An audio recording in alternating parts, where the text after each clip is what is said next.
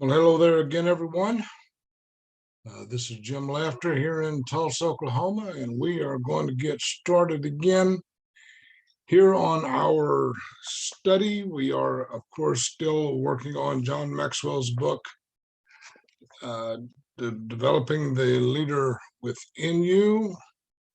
And I'm going to try to get through this next lesson just as quick as I can. I'm going to share my screen here so we can just get started.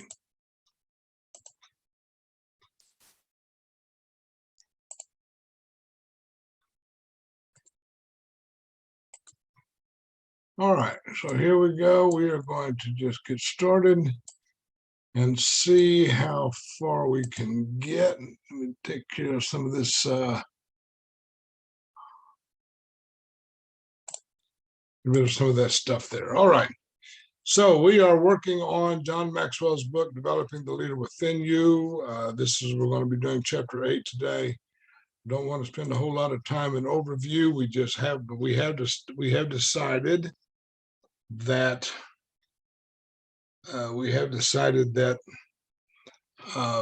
everything rises and falls on leadership. Oh, by the way, just for those of you who might have been listening and paying attention in our last lesson, I do need to make one quick correction.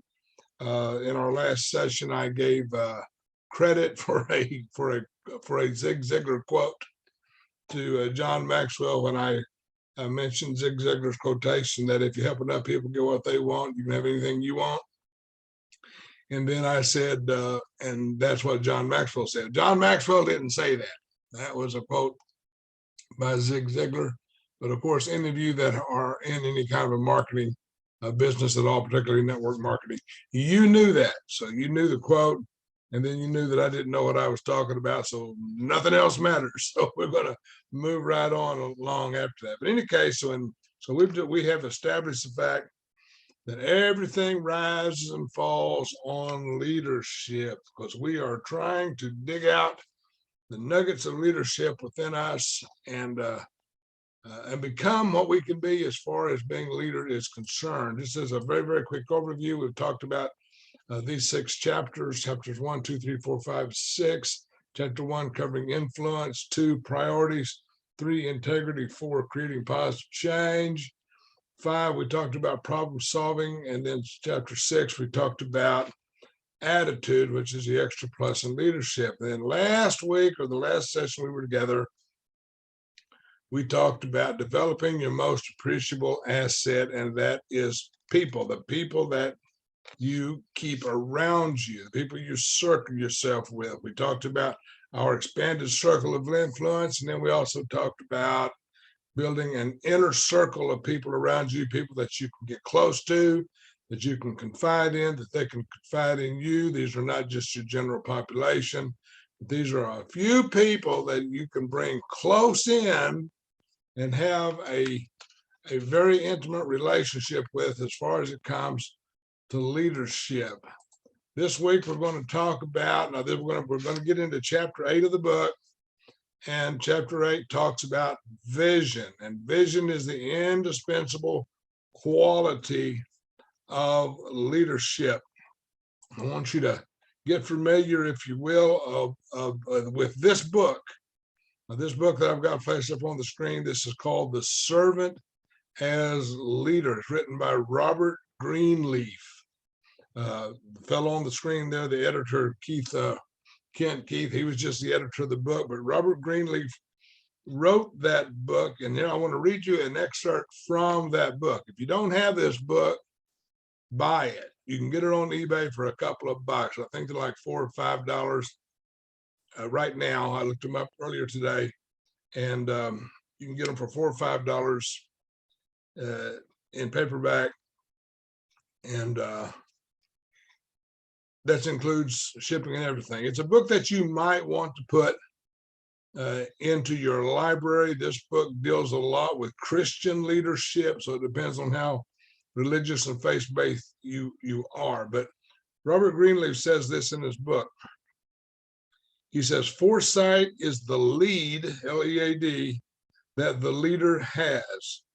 once he loses once he loses this lead and events start to force his hand, he is leader in name only. He is not leading, he is reacting to immediate events and probably will not long be a leader.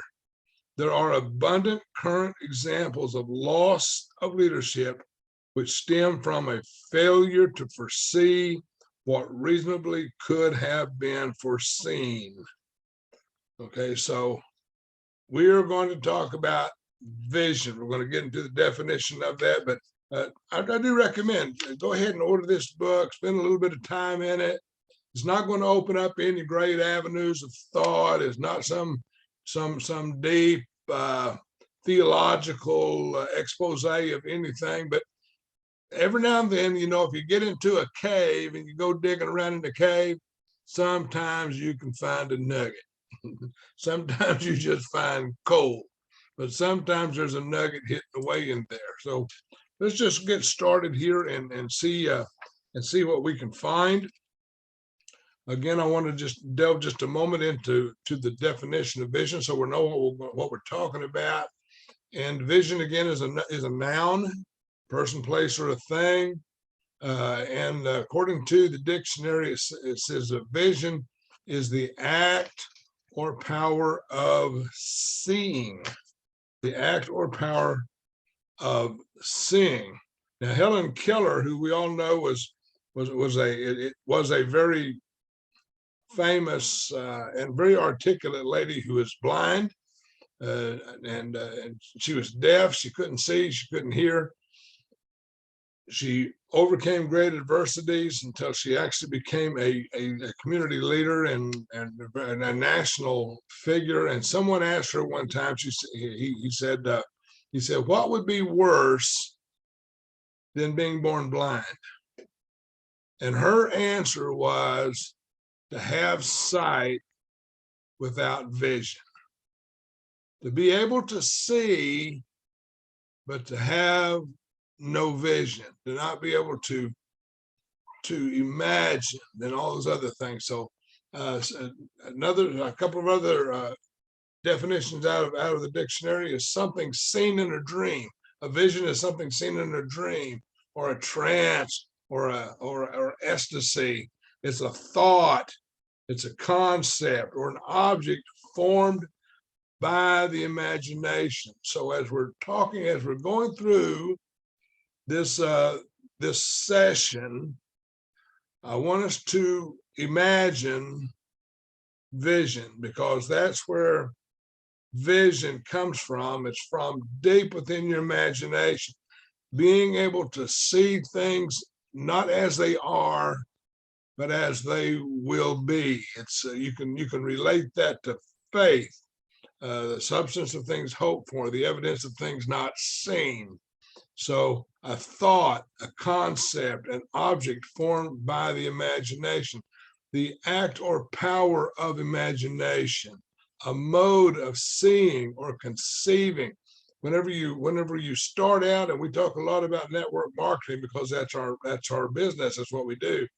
And so network marketing is such a vast, it's such a vast array of possibilities that you start out, everybody starts out on a single level playing field, and then everybody has the opportunity to advance up through the different levels of recognition and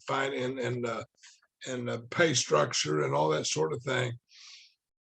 And those of us who are in network marketing, we have to be able, particularly network marketing, we have to be able to look ahead, not at the single person that we start out as, but as the great conglomeration of business that we hope to build. And so we imagine ourselves growing through the different levels of advance in network marketing. Oops, I clicked the wrong button there. Here's another part of definition: unusual discernment or foresight. unusual discernment or foresight. People who advance and really succeed in network marketing or in business of any kind really have the an unusual look or outlook on the world and things around them. Because we can look and hope, but it takes more than just hope. It takes more than just forecasting what you want to be, what you want to do. You have to put some action behind it. That's why it's network marketing. But if you're willing to do the work your plan, plan your work, and work your plan, there's no reason in the world why a person with vision can't advance to any level that he or she wants to. All great leaders possess two things. All great leaders possess two things. They know where they are going, and they are able to persuade others to follow. So people who are in leadership positions, not just in network marketing, but in politics and in religion and anything else that requires a leadership stance, leaders know where they're going. Leaders can look out and project a destination, an outcome. And then when they really get it down inside of them and really believe that that's where they're going and know that that's what they're doing, then once they get the vision, then they can persuade others to follow. It's like Robert Schuller said one time. Somebody told him, I'll believe it when I see it. Robert Schuller said, no, I'll see it when I believe it. So in vision, we project out and we look into the future of what we want, where we want to go, that sort of thing. But we believe it first, and then we're going to see it. So a couple of just vision statements. I'm not going to get off into making a statement that we just set down in concrete. And you've heard of vision statements and that sort of thing in business. That's not what we're talking about. But just some statements about vision is something like this. Does the vision make the leader, or does the leader make the vision? Does the vision make the leader, or does the leader make the vision? How do you see yourself right now if you were to consider looking 5 years down the road? If you start where you're at right now and go 5 years or 10 years, 15, 20 years down the road, and you see a future that you believe that you can attain, did the vision make you, or did you make the vision? Is the vision just something that comes out of you, or is the vision something that is in you? And I want to tell you right now that the vision comes first. The vision comes first, because there have been many leaders who have lost their vision, who have lost the power to lead. People that these are people. People will do what the leader does, but more importantly, people will catch the vision that the leader has. So as a leader in your business, particularly in networking, then you have to cast a vision.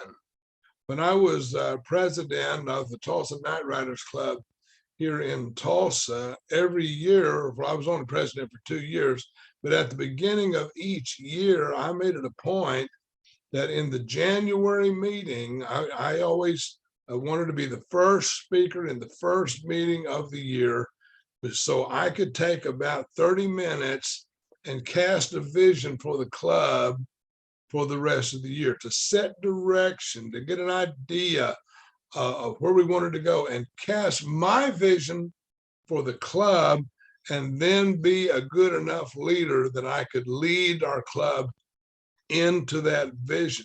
Because if I didn't have a vision for the club, then nobody else would have a vision for the club. Here's the truth. 89% of what we learn is visual.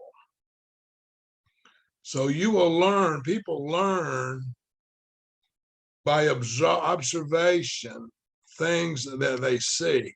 So the people in your business, in your networking business, you can talk all you want. You can have as much conversation as you want. But the truth is that people will learn from you by watching you do what you do, not what you talk about. I wouldn't give a flying flip for somebody who just wants to talk about something but not do anything. So people learn 89% of what we learn is from what we see. 10% is from what we hear, from audible sources. So it's good to listen to good audio, positive audio, and that sort of thing. We talk about CDs and downloads and all that other thing. Listening to good positive speeches and that sort of thing, motivational stuff, and it's important. It's vital to do that. And reading books and that sort of thing is although that's some visual, a lot of the books that you read, we can actually apply that to Audible. There are Audible books, but really whenever you're reading a book, you are reading the words and you're hearing the words, not so much as seeing the words. But 10% of what we learn is audible. Then the other 1% is from other sources, things that you feel, things that are accessories. People do not follow a dream in itself. It's not just enough for a person to have a dream. It's not enough for a person to just say, I want this, or I want that, or I can imagine myself doing this or doing that.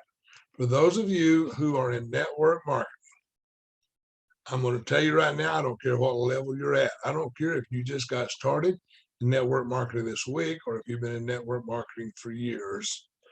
Everybody at one point or another envisions themselves walking across the stage and accepting top honors in their company. The big paycheck, the accolades, all of that thing. But the truth is, people don't follow a dream just because the dream is there. People follow the leader who has that dream and has the ability to communicate that dream effectively. So as we're talking about being a leader, then you not only have to be able to have that dream and create that dream, open up your imagination, see something in the future that you know is possible.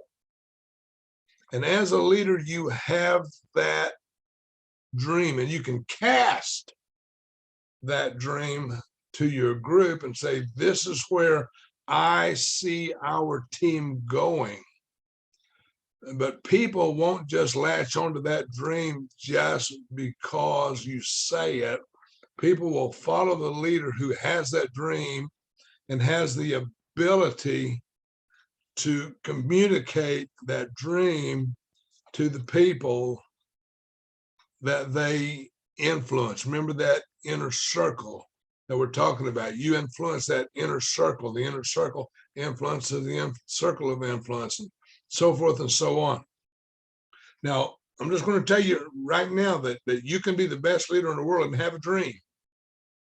You can be the best leader in the world and have a dream and have the ability to communicate it effectively. But there are some people that are going to come into your business that regardless of how talented you are or how convincing you are, there are some people who will never see your dream. They'll never see it. They may come into your business, they may buy into your group, they may even get started and go to meetings and events and even maybe sponsor, bring in a few people into your business organization. But the truth is that they never really get it. They never see the real possibilities of your dream. They're just wanderers. They just kind of wander around camp. You know, they're like the nomads. They'll be like the nomads in your business. You'll have a great dream, a great vision, but they won't necessarily catch on. Then there's some people see it, they see your dream, but they never pursue it on their own. So some people will buy into your dream and your leadership style and your leadership skill. They see it, they understand it, but they don't take it upon themselves to pursue it. And what happens at this point is you fail to duplicate to other people your dream, your vision. They are followers. And then you're going to have other people, some people who will come into your business, join your team, they'll lock arms with you, they'll see your vision, and they'll take it upon themselves to pursue that vision, and you can link arms with them, and they will achieve a certain degree of success based upon the vision that you cast before them. They are achievers. And then you're going to find some people that's going to see your vision. They're going to see it, they're going to pursue it, and then they're going to duplicate it. They will see your vision, they will pursue it, and then they will help others see your vision. Those people, those are the people that you're looking for in your business, because at this point, you not only have duplicated yourself, but you have found leaders who will also duplicate you. I hope that made a little bit of sense. All great leaders possess two things, okay? One, they know where they're going. Oops, I clicked the wrong button. They know that they know where they're going. And two, they're able to persuade other people to follow them. Okay, so let's move along. You see what you are prepared to see. You will see what you're prepared to see. Success is not going to just flash itself up in front of you, and a vision will not just flash up in front of you. If you're going to have success, particularly in leadership, then you have to be prepared for what you're going to see. I heard the question asked once or not a question so much as a statement, that we all live under the same sky, but we don't all have the same horizon. We don't all see the same thing. So why is it that two people can be in the same place at the same time and both see entirely different things. Now, we know this to be true, particularly in network marketing, because network marketing presentations are generally visual. There's very little audible network marketing presentations, simply because people have to see your presentation, see your products, that sort of thing. They need to hear the plan, but they need to be able to understand the plan. And so in network marketing, you could have a group meeting. Let's say you had a group presentation, and you could have 10 people in the same room watching the same presentation, seeing the same slides or the same video, hearing the same words from the same presenter, and half of them would say, "This is the greatest thing I've ever seen."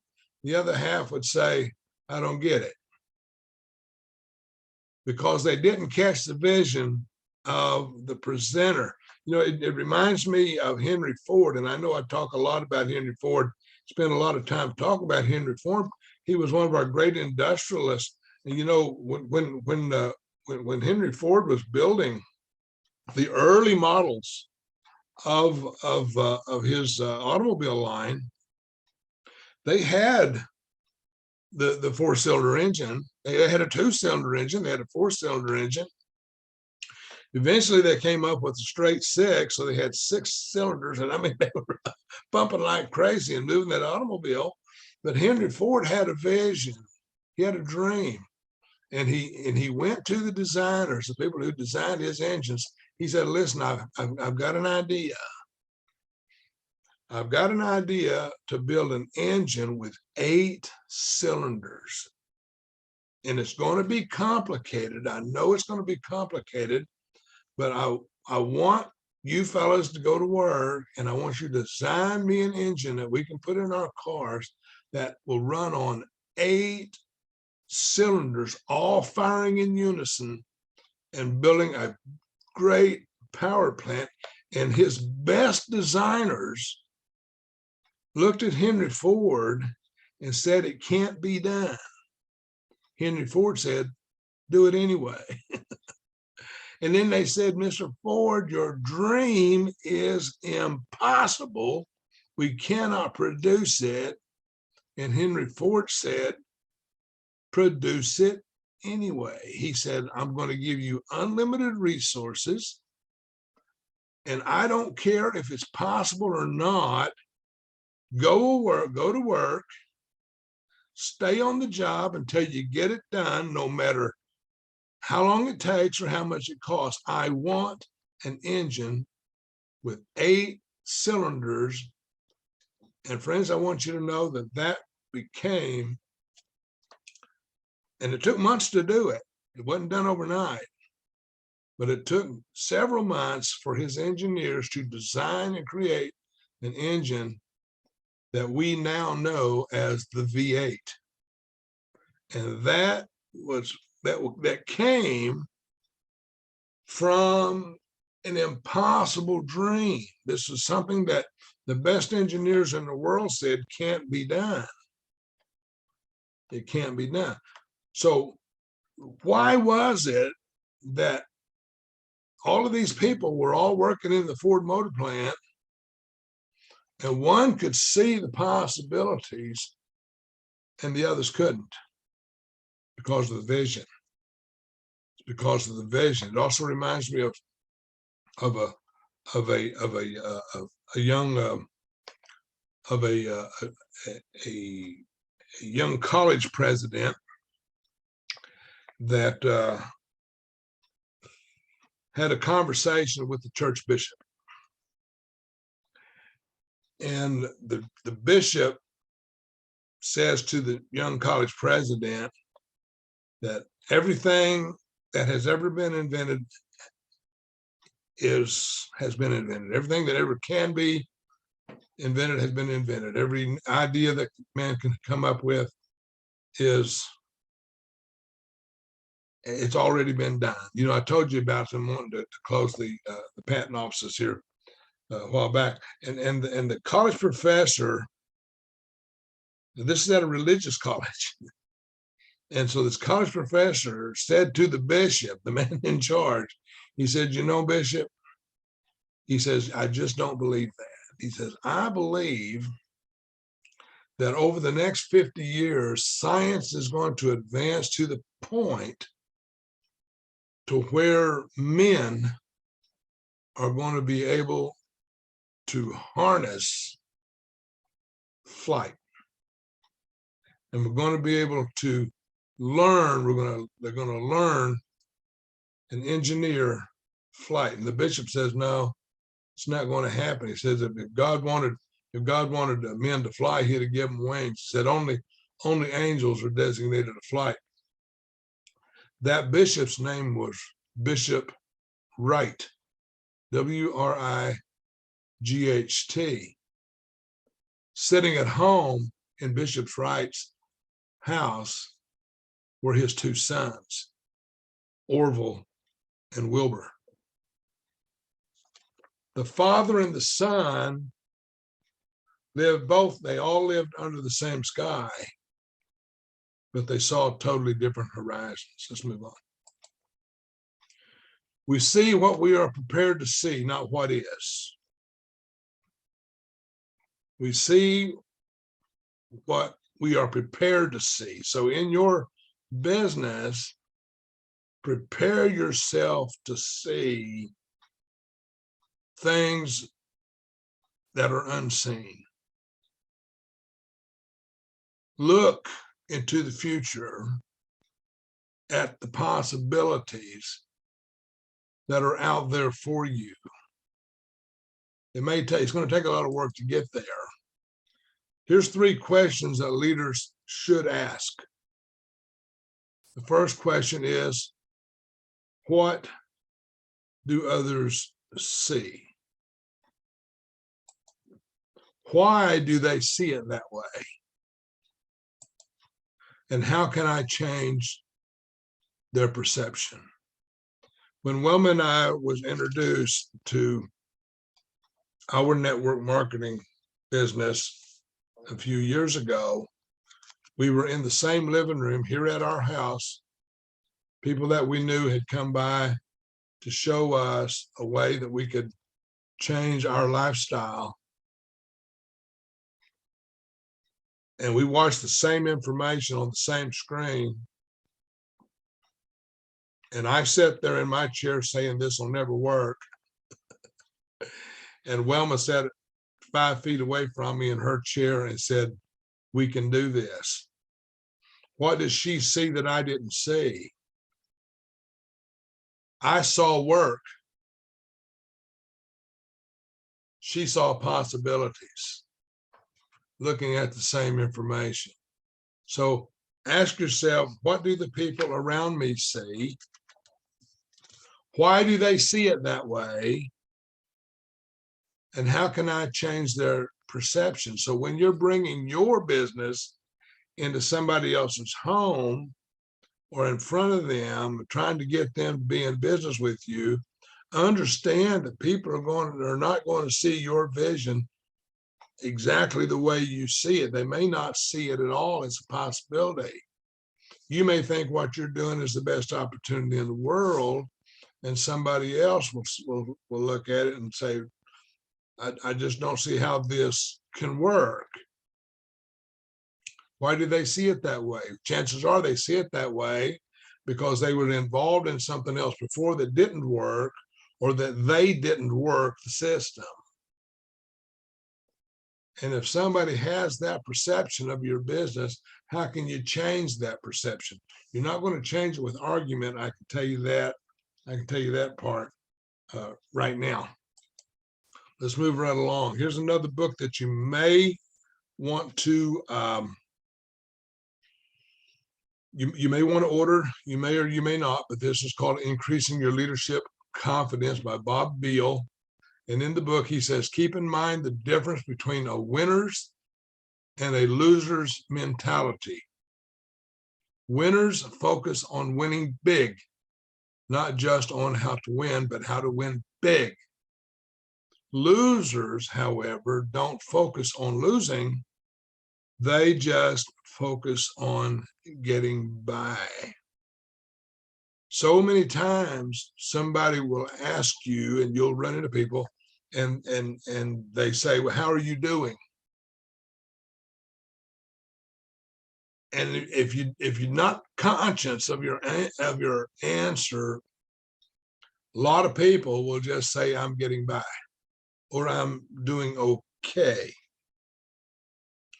And that plants a thought in your mind somehow deep in you that you're not doing as well as you should be doing, but more importantly, you don't see yourself doing as well as you should be doing. And so you say, I'm just doing okay. I'm getting by. But winners, people who have great vision,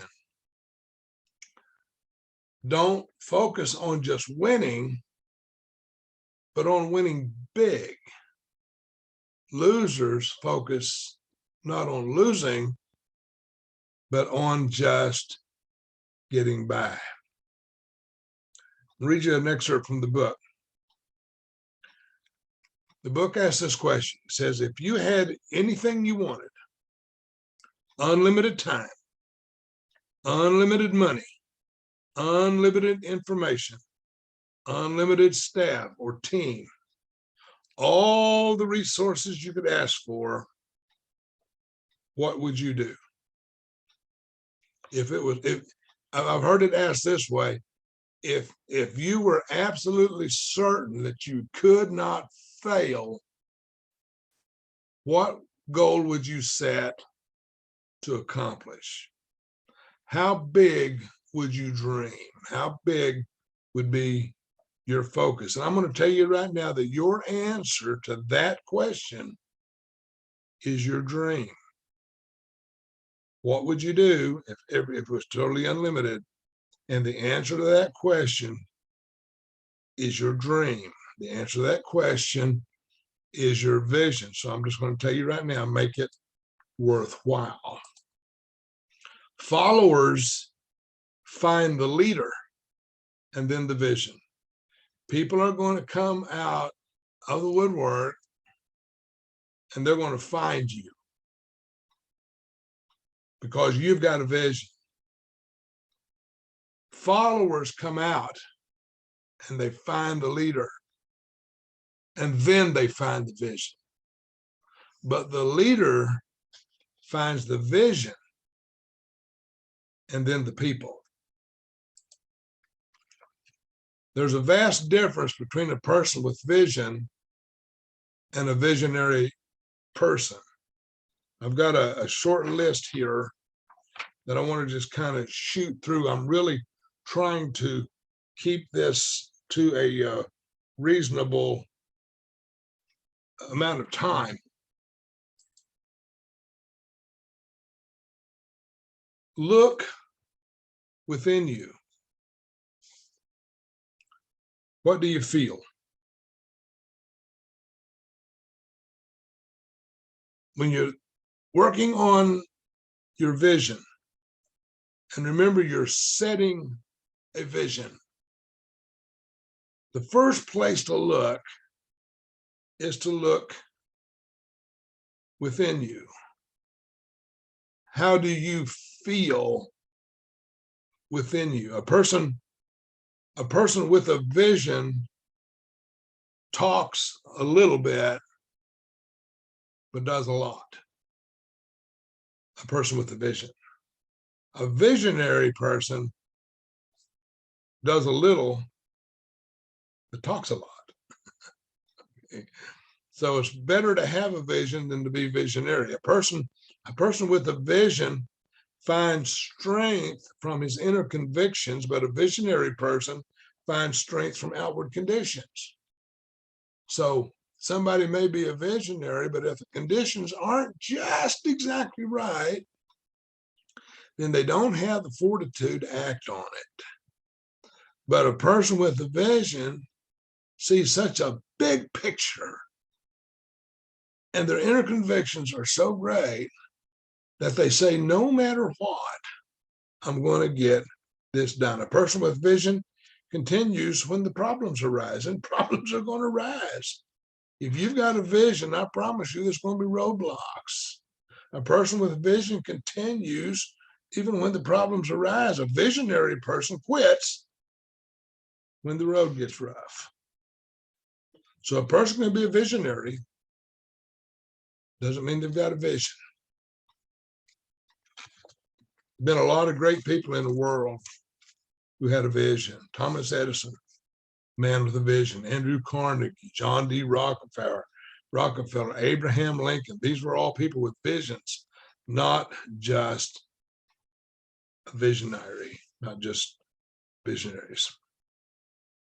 Napoleon Hill, the author of Think and Grow Rich, said, "Cherish your visions and dreams as they are the children of your soul, the blueprints of your ultimate achievements." I'm going to read that again. It's a good quote. You ought to write this down. Cherish your visions and dreams as they are the children of your soul, the blueprints of your ultimate achievements. Look within you. Look behind you. What have you learned? We go to events. We read books. We see something visual. Look back behind you and see what you've learned. See if you've paid attention, and see if what you've learned will help you establish your vision. See if what you've learned is something that you can pass on to someone else. Because remember, if you're a leader, you're going to attract followers. Can't be a leader if you don't have followers. If you're a leader with vision, people will find you. They will find you, and then they'll find the vision. But if you're a leader, you have the vision first, and then you find the people. Look around you. What's happening to other people? What is happening to the people around you? You know, I'd rather learn from somebody else's mistakes than I would from my own. Look around you, see what's happening.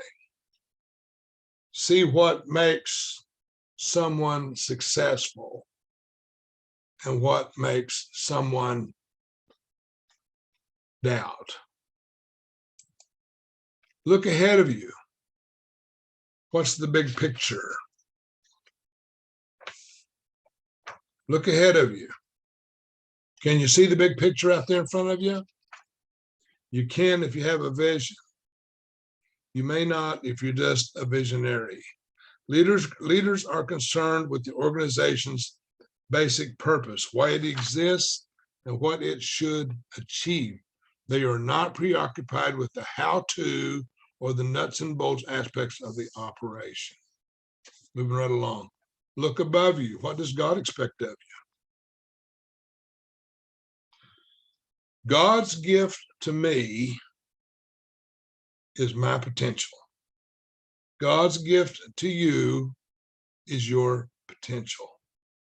My gift back to God is what I do with my potential. And it's the same with you. Look above you. I already said that. What does God expect of you? Look beside you. What resources are available to you? Use the tools. In network marketing, we have more tools than you can shake a stick at. So look beside you. What resources are available? Who do you have in your circle of influence that you can mentor with? Somebody that you can go to and counsel with. Somebody who can pass on some experience. Who do you have around you? What resources are available to you? A vision should be greater than just the person who has it. Your vision should encompass everybody that you've surrounded yourself with. So there's tons of experience out there. There's Years of experience that you can tap into. Books, events, seminars, all that sort of thing. Moving right along. A vision is a clear picture of what the leader sees his or her group being or doing.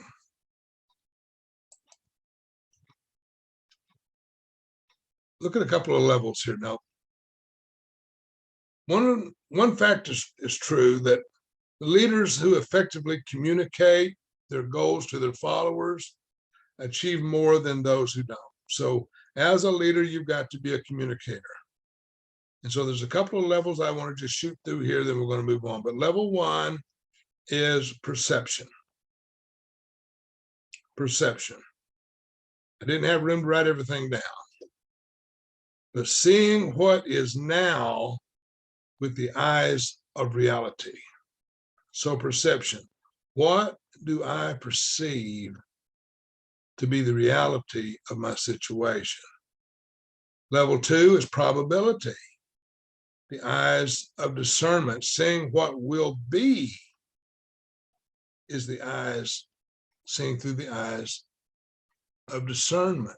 I know what I want, but can I see what will be? And then third is the eyes of possibility. Seeing what can be with the eyes of vision. Faith. Hope. I'm really going to, I've determined that I'm going to try to keep this lesson short. I've only picked out a few things out of this chapter to talk about because I want to keep this to under an hour. So I'm going to wrap it up, but wrap up's going to take a couple of minutes. And let's just ask this question: what hinders a vision?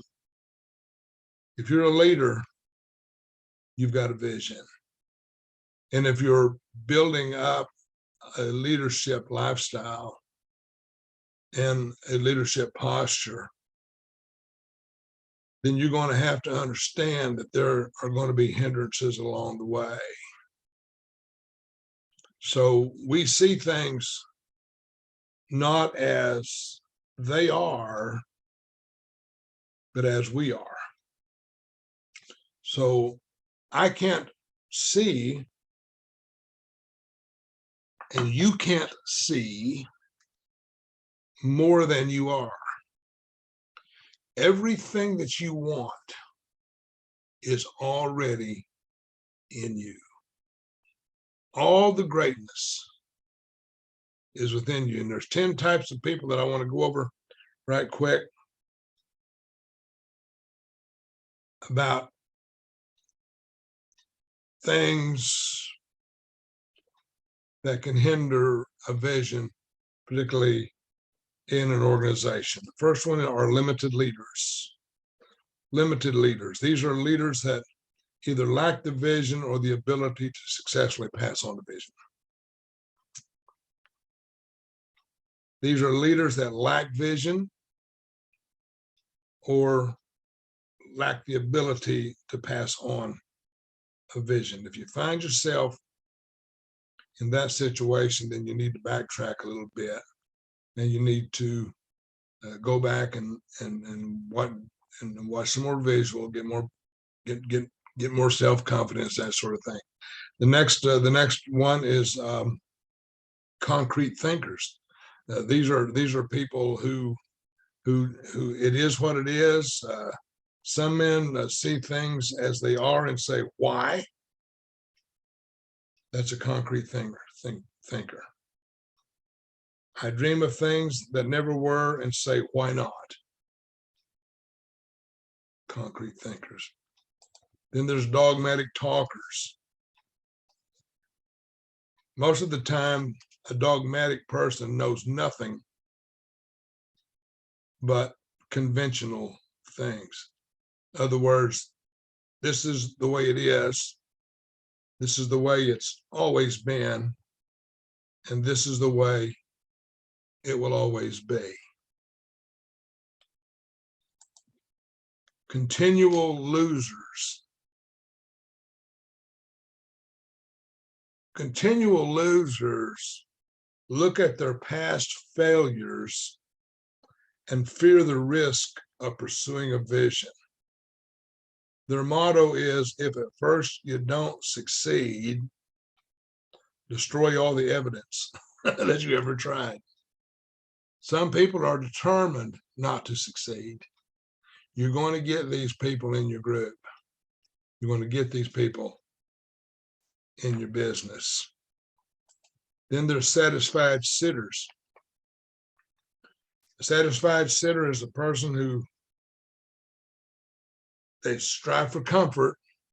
They get in a comfort zone. They're very predictable, and they find a place in their life where they're secure, and they're not willing to move on.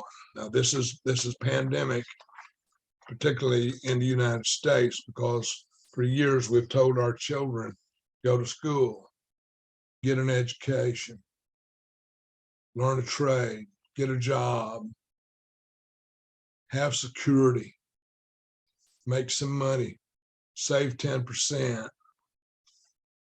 get the gold watch at the end of 50 years, get somewhere, get satisfied, get comfortable. A nest is a good place for a robin while it's in an egg, but it's a terrible place for a bird that wants to fly. And I'm telling you, sometimes you can just get satisfied sitting on your egg. Tradition lovers. Tradition lovers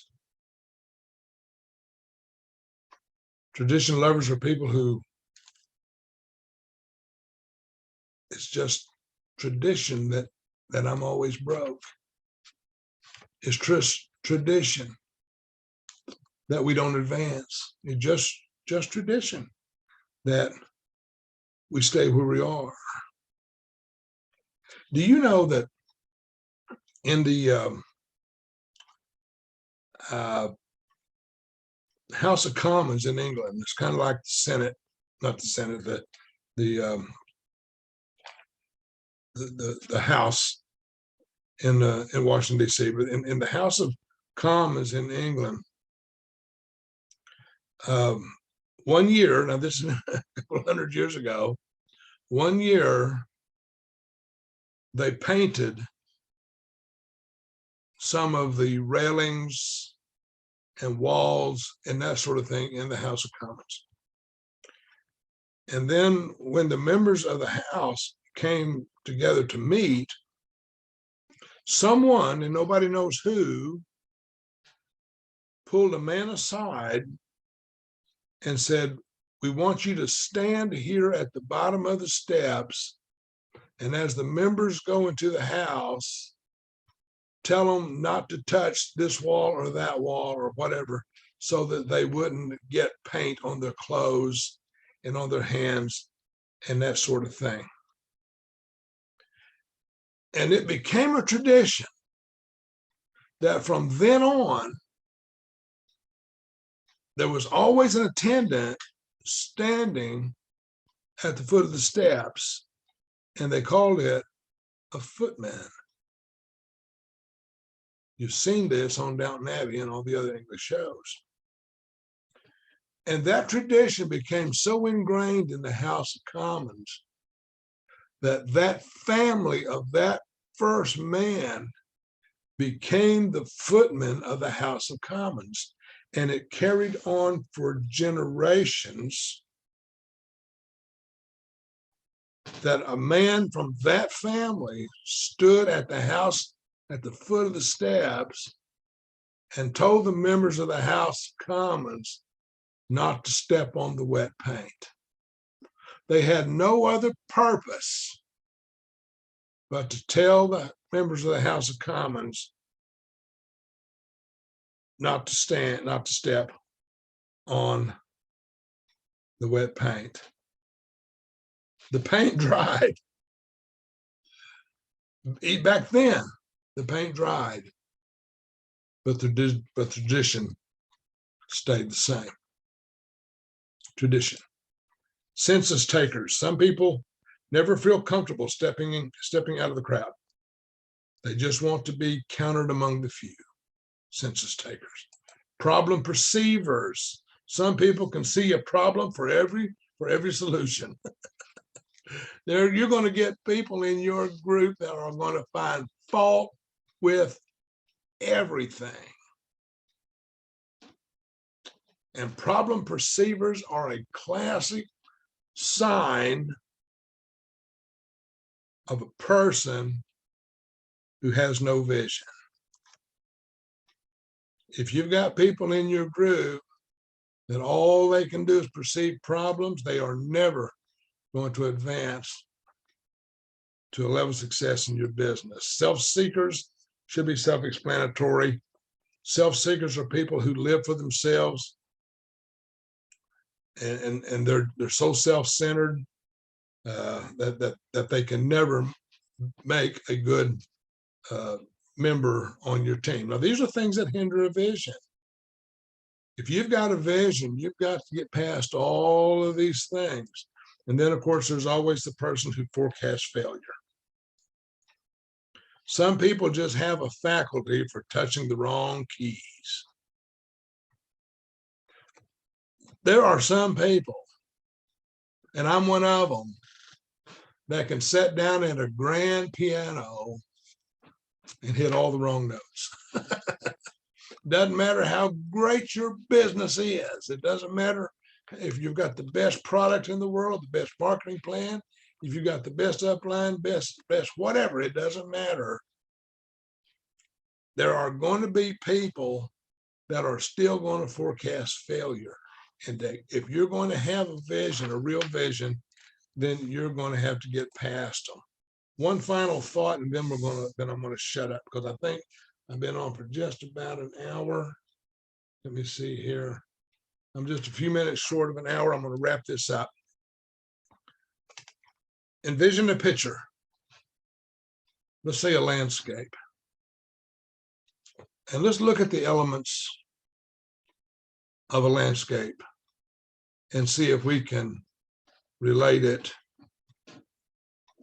to the vision that you should be casting for yourself and for your family, for your group, or your church, or your whatever you're doing here. And let's envision a landscape painting.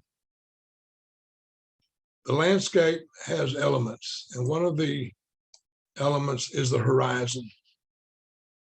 All landscapes have some sort of horizon, and just take that landscape, that horizon,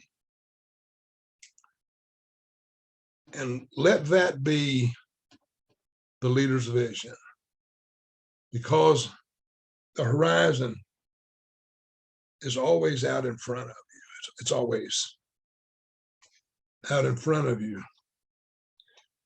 And each individual, now the leader's vision of the horizon allows people to see the heights of their possibilities.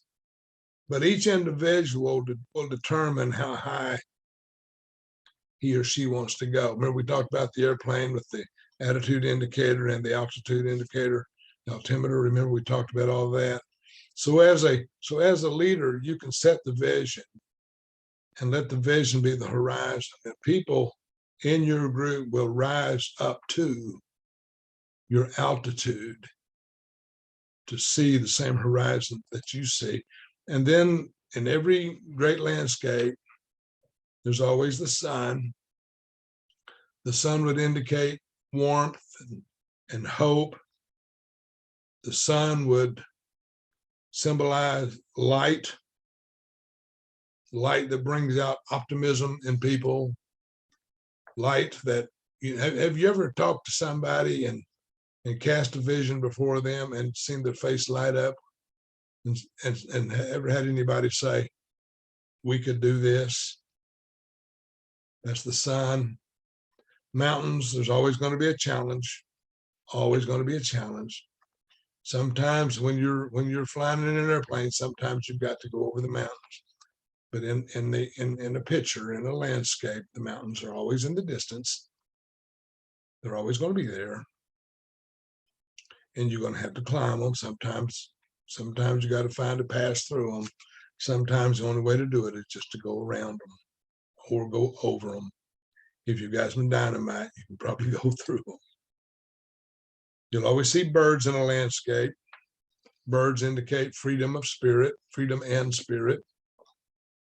In your network marketing business, you offer people the chance for freedom, time freedom, financial freedom.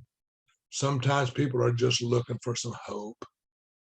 Sometimes people are just looking for a chance, for a breath of fresh air, flowers or rest stops along the way, scenery.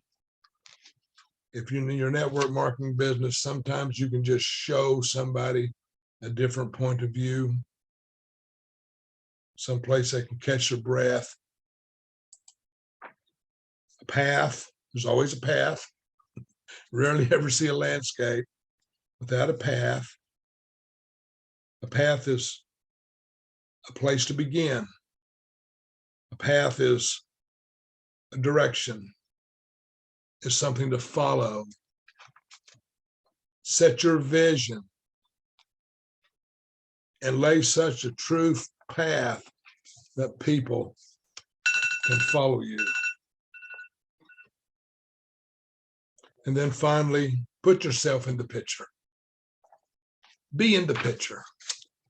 Be visible for the people in your group so that they can see you and know that you are worth following, that you really do have a vision that they can be a part of. Now, the next time we get together, we're going to talk about chapter 9. We're going to be talking about self-discipline. Self-discipline, and this is going to be a fun one, but it's going to be a little bit complex. So I hope you come in on the next session. Self-discipline, chapter 9, is the price tag of leadership. If you are going to lead, you're going to have to pay the price. Leadership does not come free. Leadership requires a sacrifice.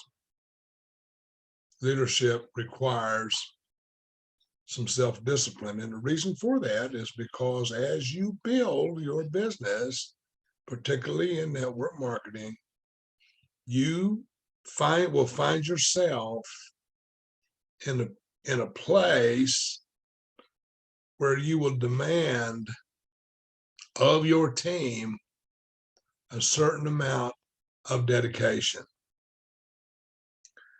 And your self-discipline will determine the amount that your team will be willing to pay for that privilege of being with you in business. So self-discipline demands a price tag.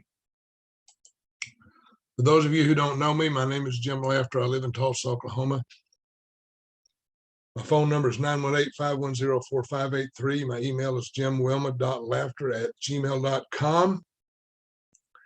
And if you have any questions about network marketing or anything like that, you give me a call, send me an email. Now, if you call me, that phone goes to a voicemail system. If my phone does not recognize your number, it will probably send you to the voicemail system. I recommend you text me first. Let me know you're going to call. A little bit of my background. I'm retired from the U.S. Air Force. I spent 20 years active duty. Went into the Air Force when I was 18, retired when I was 38. That was 31 years ago that I retired. I can't believe it's been that long. After retiring from the service, I went into sales, went into corporate sales for 28 years, 21 years with Sears and 7 with Coca-Cola. And I have sold everything. I have had every kind of customer you can possibly think of. Believe me, if it's out there, I've seen it. I've been married to my sweetheart, my sweet Wilma, for 50 years. We're coming up on 51. We have 3 wonderful children. We've got 5 grandchildren that I wouldn't trade for anything. I've often said it, if I had to do over again, I'd start with the grandchildren. That's just not the way it works. I'm a writer. You can Google me. and I've written 13 novels. 6 of them have been bestsellers. I've got a couple of Western short stories on Kindle, and I've been involved in some anthologies, some magazines, some newspapers, and that sort of thing. So I've written just a little bit of everything. Consider myself a network marketing professional. That's what I do. That's what I love. I love to talk to people about network marketing. The former company that I was with, I was a presidential director. The company I'm with now, I am an executive team leader. I'm shooting for another promotion. I'm trying to get to be a regional coordinator. We're shooting for that, and trying. Hopefully, the next time we get together, at least on the next book, maybe I can change this slide. All right, let me see if I can get out of this. And let's see. That's what I'm looking for. Okay, so I'm going to stop my screen share. Here we are. And I hope this has not been too rushed. I tried every way in the world I could do to keep it under an hour. I think I've got it right at an hour. But you've got my number. You've got my email address. You know where to find me. You can look me up. All of my studies are on the same YouTube channel. Just go to YouTube, put my name in. If it pops up with just me on the picture, that's the old channel. Look for the picture with me and my wife on there. Click on it. It'll take you to all of our videos. There's 40 or 50 of them on there. I don't know how many there are. In any case, so I've enjoyed it. Hope this has been good for you. And the next time we see you, we will be talking about some really good stuff. Y'all have a great night or a great day, whatever it is where you're at.